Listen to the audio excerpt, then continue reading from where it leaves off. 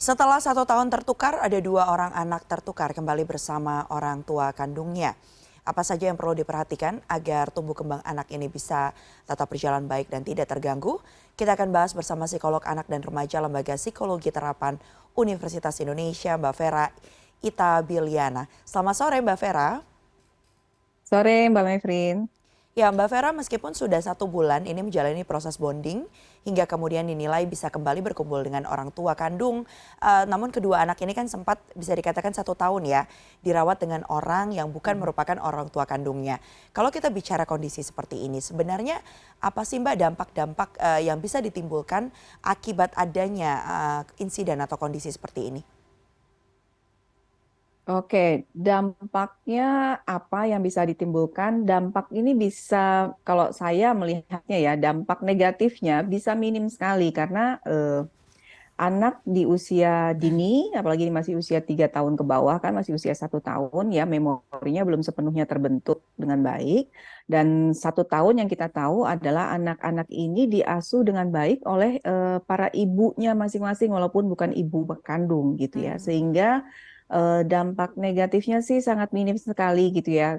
Dampak negatif bisa terjadi kalau lingkungan yang terus-menerus mengungkit, menurut saya sih seperti oke. itu.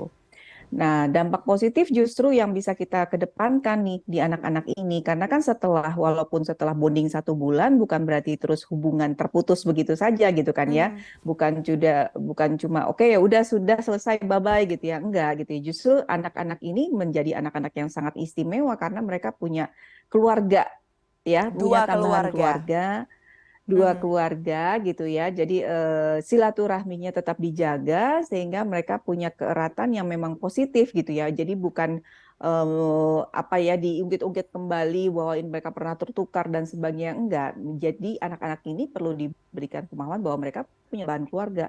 Kamu punya 2 ibu masing-masing yang sangat sayang sama kamu dan pernah mengasuh kamu gitu ya dengan Mhm. sepenuh hati mereka.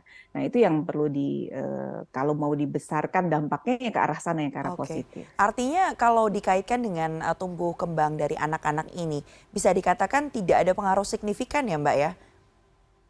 Betul, tidak ada pengaruh signifikan. Apalagi kemarin kalau saya perhatikan gitu ya, jalannya kasus ini kan setelah dipastikan bahwa mereka tertukar, terus ada proses bonding gitu ya, selama 1 bulan, di mana peralihannya sangat smooth sekali. Mereka Mhm. tinggal satu rumah ya kalau nggak salah gitu ya, sehingga anak-anak ini juga tidak kaget dengan perubahan kok apa namanya drastis gitu ya, perubahan yang drastis dalam hidup mereka. Jadi sangat smooth sekali. Jadi bisa dikatakan sih mudah-mudahan tidak ada dampak yang signifikan yang mengkhawatirkan nanti-nantinya.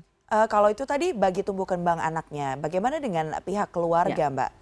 Karena kan sebagai orang oke. dewasa artinya bahkan salah satu dari ibunya ini yang menyadari kemudian melaporkan ada satu hal yang janggal hingga akhirnya kasus ini terungkap. Oke, dampak untuk masing-masing ibu mungkin bisa jadi berbeda ya kalau menurut saya. Untuk yang memang lebih dulu melaporkan mungkin ada kelegaan di situ ya, terus dia mendapatkan anaknya kembali. Untuk yang satu lagi, ibu yang satu lagi kan sebelumnya memang dia tidak menyadari gitu ya, tidak Mhm. menyadari bahwa ini bukan anak kandungnya gitu. Nah, dua-duanya mungkin perlu ada proses acceptance ya, menerima bahwa yang sudah terjadi ya memang terjadi, faktanya mengatakan memang ini terjadi gitu ya. Menerima itu terus memulai lagi lembaran yang baru tentu butuh waktu dan butuh Mhm. dukungan dari lingkungan sekitar gitu Mhm. ya, untuk tidak menyalahkan, untuk tidak mengungkit-ungkit lagi, sekali lagi saya bilang gitu ya, tidak Iya. mengungkit lagi, walaupun proses hukumnya tapi kan bukan terhadap mereka ya, tapi terhadap rumah sakit itu terus Iya. berjalan gitu. Artinya pendampingan atau proses seperti apa yang sebaiknya dilakukan bagi baik itu kedua anak yang tertukar ini maupun kepada ibu dan keluarga yang terlibat di dalam satu kondisi atau insiden ini?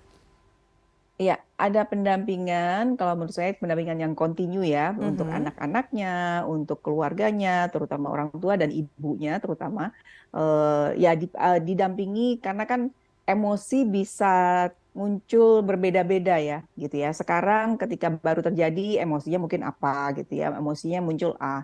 Nanti setelah lewat beberapa bulan gitu ya, pemahaman terhadap yang terjadi mungkin berubah, emosinya bisa berubah juga. Nah, ini perlu didampingi gitu. Oke, Dan bentuk pendampingannya kalau seperti menurut apa Mbak ya Vera? Bentuk bisa pendampingannya dari seperti lembaga apa? ya bisa dari lembaga-lembaga yang memang dari awal tuh sudah terlibat gitu ya. Mhm. Jadi jangan selesai sampai ini saja gitu ya, sudah dikembalikan ya sudah gitu, tapi terus ada pemantauan.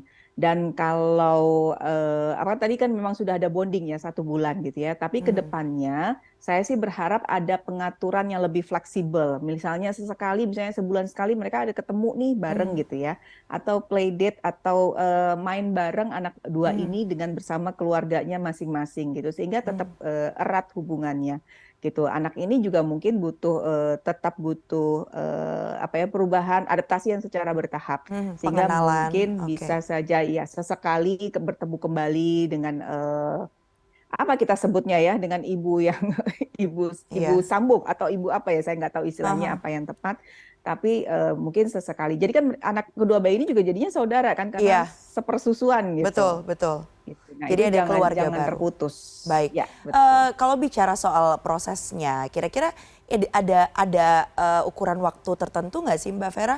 Idealnya berapa lama nih proses Mm-mm. ini terus harus dilakukan? Apakah artinya ada sakleknya nih, misalnya selama 2-3 tahun ke depan, Mm-mm. atau ya karena memang sudah silaturahmi jadi dijalin saja selamanya kalau bisa gitu?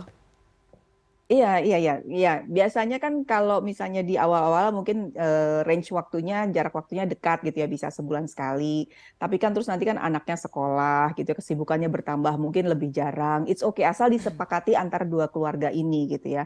Katakanlah mungkin kalau misalnya terlalu, tapi ini kan mereka tinggal satu kota ya, kayaknya kalau Mhm. ketemunya cuma setahun sekali pas Lebaran aja, kayaknya juga kok susah banget kayaknya ketemunya padahal satu kota gitu ya. Jadi tergantung kesepakatan antar keluarga gitu ya, bagaimana mereka menjalin kekeluargaan ini sampai ya batas waktu yang tidak ditentukan, toh mereka sudah jadi saudara gitu ya, jadi Baik. nggak ada batasnya sih Oke, kayaknya ya. terakhir Mbak Vera dari tadi kerap Ya, menyatakan bahwa, kondisi seperti ini kalau bisa jangan diungkit-ungkit lagi karena ini justru nanti akan, ya. berpengaruh begitu ya bagi, kondisi psikologis Mm, dari 2 keluarga ini termasuk anak-anaknya juga. Tapi kita tahu exposure dari media, paparan juga dari lingkungan sekitar ini tentu sudah sadar akan kondisi ini gitu. Dan bukan tidak mungkin ini kalau kita berandai-andai ke mm. depannya ini akan juga ada yang mengungkit. Kalau melihat kondisi Oke. seperti ini, berarti apa yang perlu diingatkan ini kepada pihak sekitar terkait dengan kondisi seperti itu?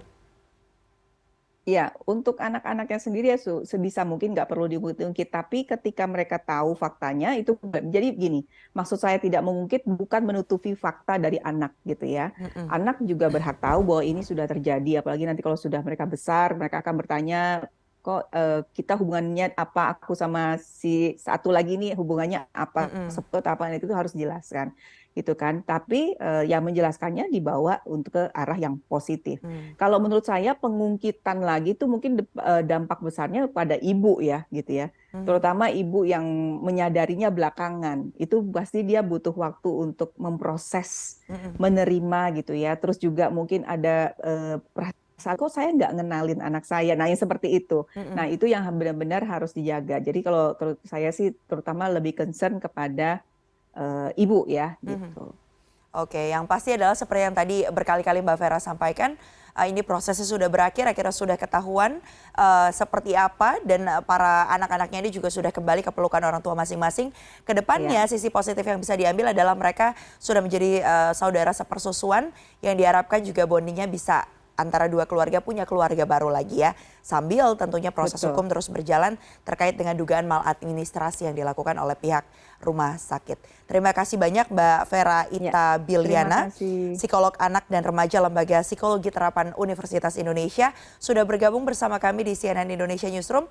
Sehat selalu Mbak Vera, sampai ketemu lagi. Selamat sore, sehat Selamat sore. semua.